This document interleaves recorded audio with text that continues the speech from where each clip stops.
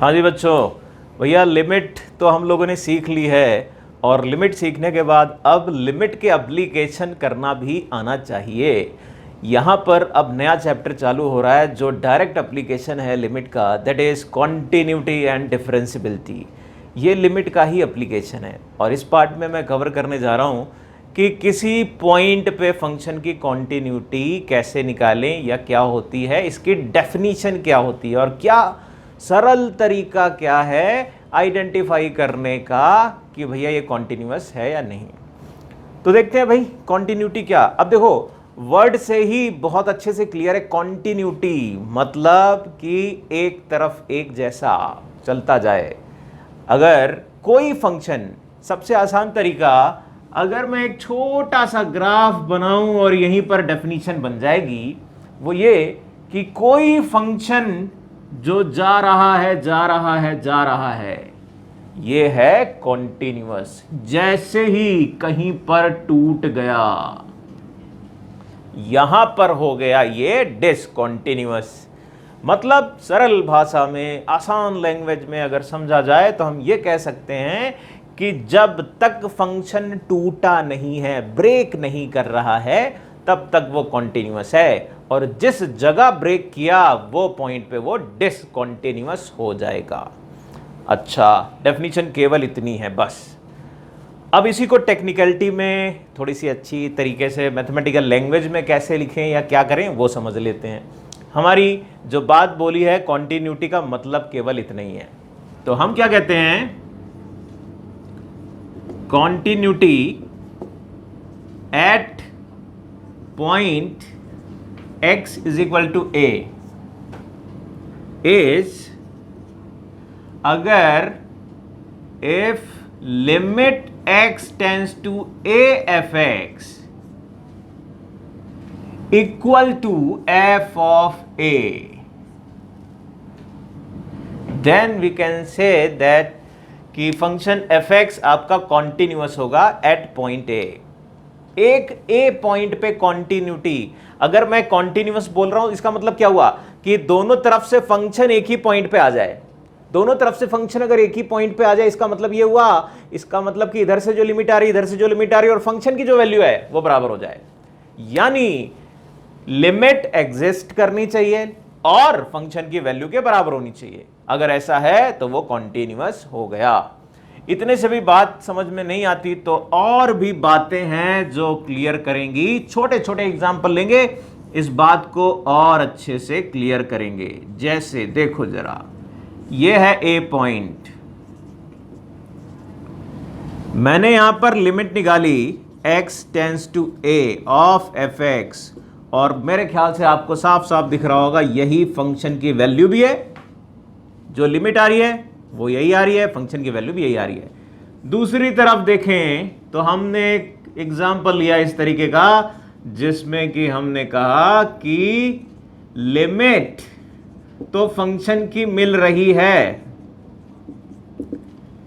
वो कुछ यहां पर अल्फा जो भी आ रही थी यहां पर भी अल्फा बोल देते हैं, ये बराबर अल्फा है, लेकिन फंक्शन की वैल्यू नॉट डिफाइंड, यानी F of A not defined. तो हम कहेंगे ये फंक्शन हमारा कॉन्टिन्यूअस नहीं है, ये है। अगर मैंने एक और एग्जांपल लिया, मान लो इस तरीके से बनाया और यहां पर कुछ और कर दिया। अब ये क्या कह रहा है, ये कह रहा है कि भैया limit x tends to a f of x, तो अल्फा है, ये अल्फा, और f ऑफ a की वैल्यू बीटा है, मतलब नॉट इक्वल। तो ये भी आपका कॉन्टिन्यूअस नहीं होगा। या फिर अगला ये सवाल है, ये क्या है जो यहां पर मैंने दे रखा था कि यहां से अल्फा आया, यहां से बीटा आया। यहां पर देखेंगे तो limit x tends to a fx does not exist, limit ही एग्जिस्ट नहीं कर रही है। यानी मैंने यहां पर इनडायरेक्टली आपको यह भी बता दिया कि फंक्शन कब कब कॉन्टिन्यूअस नहीं हो सकता। इन 4 एग्जाम्पल को देखकर आपके दिमाग में बहुत सारी बातें क्लियर हो जानी चाहिए। अगर मैं कॉन्टिन्यूटी की बात कर रहा हूं किसी इंडिविजुअल पॉइंट पे, तो फंक्शन की लिमिट एग्जिस्ट करनी चाहिए और फंक्शन की वैल्यू के बराबर होनी चाहिए। अगर फंक्शन की लिमिट तो एग्जिस्ट कर रही है लेकिन फंक्शन की वैल्यू ही डिफाइंड नहीं हो रही है, तो भी फंक्शन कॉन्टिन्यूअस नहीं होगा। फंक्शन की वैल्यू डिफाइंड हो रही है लेकिन फंक्शन की वैल्यू फंक्शन की लिमिट के बराबर नहीं है, तो भी फंक्शन डिफाइंड नहीं होने, कॉन्टिन्यूअस नहीं होगा। फंक्शन की लिमिट ही एग्जिस्ट नहीं कर रही है, तब भी नहीं होगा। ये 3 रीजन है, 3 रीजन होते हैं जिसकी वजह से किसी इंडिविजुअल पॉइंट पे फंक्शन कॉन्टिन्यूअस नहीं होता। यानी हमसे सवाल पूछा जाएगा कि भैया ये फंक्शन दे रखा है, ये पर्टिकुलर पॉइंट पे बताओ ये कॉन्टिन्यूअस है कि नहीं। यानी हमें क्या करना है, हमें पहला काम उस पर्टिकुलर पॉइंट पे फंक्शन की लिमिट देखनी है, एग्जिस्ट कर रही कि नहीं। दूसरा काम उस पर्टिकुलर पॉइंट पे फंक्शन की वैल्यू कितनी है, और उन दोनों को बराबर करना है। अगर है तो कॉन्टिन्यूअस है, नहीं है तो डिसकॉन्टिन्यूअस है। मेरे ख्याल से कॉन्सेप्ट खोपड़ी में गया होगा। अब इनके एप्लीकेशन आएंगे तो बात और क्लियर होगी। पहले जरा इसको साफ कर देते हैं। जाओ भाई, साफ हो जाओ।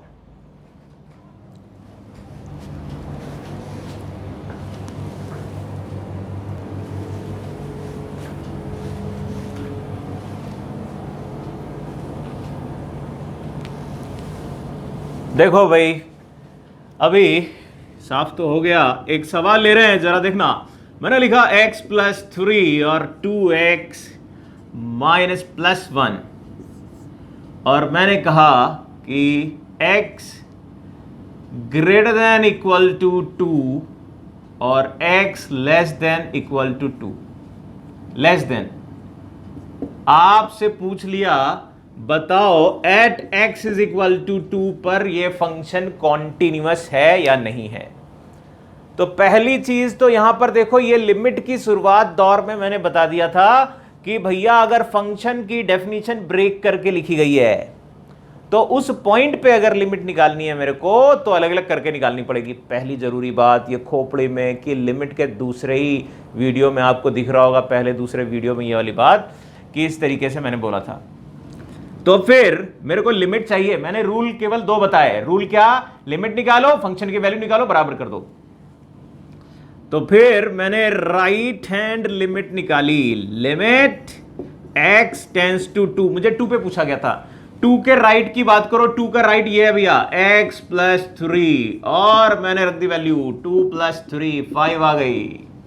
और लेफ्ट हैंड लिमिट निकाली, limit x tends to 2 minus, और यहां पर देख रहे हैं तो 2x + 1, ये आ गया आपका 4 + 1 5। लो भाई, लिमिट तो एग्जिस्ट कर रही है, दोनों तरफ की लिमिट एक ही आ रही थी, इसलिए मैं कह दूंगा फंक्शन की लिमिट 5 है। तो फंक्शन की वैल्यू क्या है?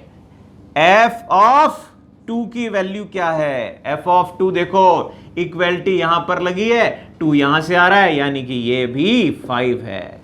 तो हम कह देंगे अगर लिमिट और फंक्शन की वैल्यू बराबर है तो कहा जाएगा यस, ये जो फंक्शन दिया हुआ था ये हमारा कॉन्टिन्यूअस है। बोलो जी, कॉन्सेप्ट थोड़ा सा समझ में आया होगा इस बात को लेकर। थोड़ा और आगे बढ़ते हैं और एग्जांपल लेते हैं। लाओ भाई दूसरा कोई देखना जरा। एक और मैंने एग्जांपल इस बार लिया, यहाँ साइन है और ग्रेटेस्ट इंटीजर भी आ गया है, तकलीफ वाली बात नहीं है। अप्रोच अपनी वही कि हमें तो कॉन्टिन्यूटी बनानी है, यानी कि लिमिट निकालनी है और फंक्शन की वैल्यू निकालनी है। तो पहले हम चले राइट हैंड लिमिट पे। पॉइंट बोला था 1 जिस पे चेक करना है। तो limit x tends to 1 plus, 1 plus कहां गिरेगा? वो यहां गिरेगा ग्रेटेस्ट इंटीजर के अंदर। थोड़ा सा 1 से आगे रखोगे तो 1 का ग्रेटेस्ट इंटीजर 1 पॉइंट समथिंग का ग्रेटेस्ट इंटीजर क्या होगा भैया? 1 होगा। और लेफ्ट हैंड लिमिट की बात करो, limit x tends to 1 minus, तो ये sin πx/2। और अब जरा 1 से छोटी वैल्यू यहां पर 1 रख रहे हैं तो इसकी वैल्यू कहां पर जा रही है? साफ साफ दिख रहा है भैया, ये 1 है कि नहीं? π/2। और फंक्शन की वैल्यू 1 पे, फंक्शन की वैल्यू 1 पे, यानी कि 1 का ग्रेटेस्ट इंटीजर वो तो 1 ही होता है। लो, ये दोनों से तो पता चला था कि limit of function at 1 is 1 और फंक्शन की वैल्यू भी 1 आई, यानी फंक्शन ये भी कॉन्टिन्यूअस था। कोई भी चीज अगर मैच नहीं करती तो कह देते भैया ये फंक्शन कॉन्टिन्यूअस नहीं है। ठीक, तो एक और सवाल लो भाई, देखो जरा, यहां पर मैंने फंक्शन लिख दिया, इस बार थोड़ा सा बात बदल दी। मैंने कहा फंक्शन कॉन्टिन्यूअस है, ये उल्टा कर दिया सवाल, उल्टा। कॉन्टिन्यूअस है बोल दिया, पूछा ए की वैल्यू बताओ। 4 पे कॉन्टिन्यूअस फंक्शन है। अब कॉन्टिन्यूअस है यानी कि ये कौन सी कंडीशन फॉलो कर रहा होगा, इसकी लिमिट एग्जिस्ट कर रही होगी और फंक्शन की वैल्यू के बराबर होगा। बस बराबर कर दो भैया। यानी अब देखना, राइट हैंड लिमिट बराबर होनी चाहिए लेफ्ट हैंड लिमिट के, बराबर होना चाहिए f ऑफ 4 के। ऑल्दो f ऑफ 4 जो आएगा वो यहां से लिमिट वाली बात के बराबर ही आएगा। अब right hand limit, limit x tends to 4 plus 4 plus पे x स्क्वायर माइनस 3 आ रही है वैल्यू, और limit x tends to 4 minus, और वो आ रही थी 2x, इसकी लिमिट आएगी 16 माइनस 3, और ये आ रहा है 8a। तो भैया a की वैल्यू आ गई, अगर इन दोनों को बराबर करोगे कितनी आ गई, 13 डिवाइड बाई 8, यही है a। और f ऑफ 4 जो बोला, f ऑफ 4 यही तो है, f ऑफ 4, f ऑफ 4 तो बराबर होगा ही होगा, वो तो साफ साफ दिख रहा है, पॉलिनोमियल सा है। ठीक, मेरे ख्याल से बात समझ में आई। कभी कभी अगर कोई अननोन है तो अननोन को भी निकाल सकते हैं ऐसी कंडीशन लेकर। ठीक, तो एक और लाओ, देखो जरा, एक और सवाल आया, इस बार भी स्प्लिट किया है। एक अननोन यहां पर मैंने a रख दिया है, और मैंने आपसे फिर से वही सवाल पूछ लिया कि a की वैल्यू बताओ अगर 0 पे फंक्शन कॉन्टिन्यूअस है। अब 0 पे फंक्शन की अलग वैल्यू आ रही है, राइट और लेफ्ट पे अलग अलग आ रही है, तो कोई दिक्कत की बात नहीं है। हम 0 वाला मतलब f ऑफ 0 वो अलग से ऑब्जर्व कर लिया जाएगा। मैं यहां पर पहले तो limit x tends to 0 plus की बात करना चाह रहा हूं। 0 प्लस पे फंक्शन आ गया ये x root over root 16 plus root x minus 4। देखना जरा, अगर इसकी लिमिट निकालने की सोच रहे हो तो पहले ये चेक कर लो, यहाँ 0 है, यहाँ 0/0 फॉर्म आ रहा है, तो ये बहुत अच्छी फॉर्म है। कॉन्जुगेट से कर दो मल्टीप्लाई, कॉन्जुगेट से मल्टीप्लाई करने जा रहे हैं भाई, और ऊपर आ जाएगा 16 plus root x under root, minus का प्लस हो चुका होगा कॉन्जुगेट मल्टीप्लाई करने पे। और अब अगर इसकी लिमिट ऑब्जर्व करोगे तो क्या देखोगे भाई, ये वाला कैंसिल हो जाएगा पूरी तरीके से, और यहाँ 0 रखते ही आ जाएगा आपका 8। ये तो मेरी एक तरफ की लिमिट आई, क्या दूसरी तरफ की लिमिट भी चेक करने की जरूरत है? अब कुछ लोगों के दिमाग में एक चीज आती है, वो बड़ी खतरनाक चीज है जो आपके दिमाग में आती है, क्या जरा समझो। एक तरफ की मैंने लिमिट निकाल ली है, अब वो तो a के बराबर होगी, दूसरी वाली मेहनत क्यों करें? ठीक, मान लेते हैं आपकी बात। कभी कभी ऑप्शन सवाल में ऐसे बनाए जाते हैं, जानबूझ के इंटेंशनली सवाल ऐसा बनाया जाता है कि बच्चा पहला वाला आसान वाला दोनों में से जो होगा वो पहले कर रहा होगा। मान लो आसान वाला उसने लिमिट निकाली और वही ऑप्शन रख दिया, और एक जगह नन ऑफ दिस है, पता चला दूसरी तरफ वाली लिमिट निकाल रहे वो बराबर ही नहीं आ रही है, और बराबर नहीं आ रही है मतलब क्या हुआ कि वो लिमिट एग्जिस्ट ही नहीं करेगी, यानी फंक्शन कॉन्टिन्यूअस होगा ही नहीं।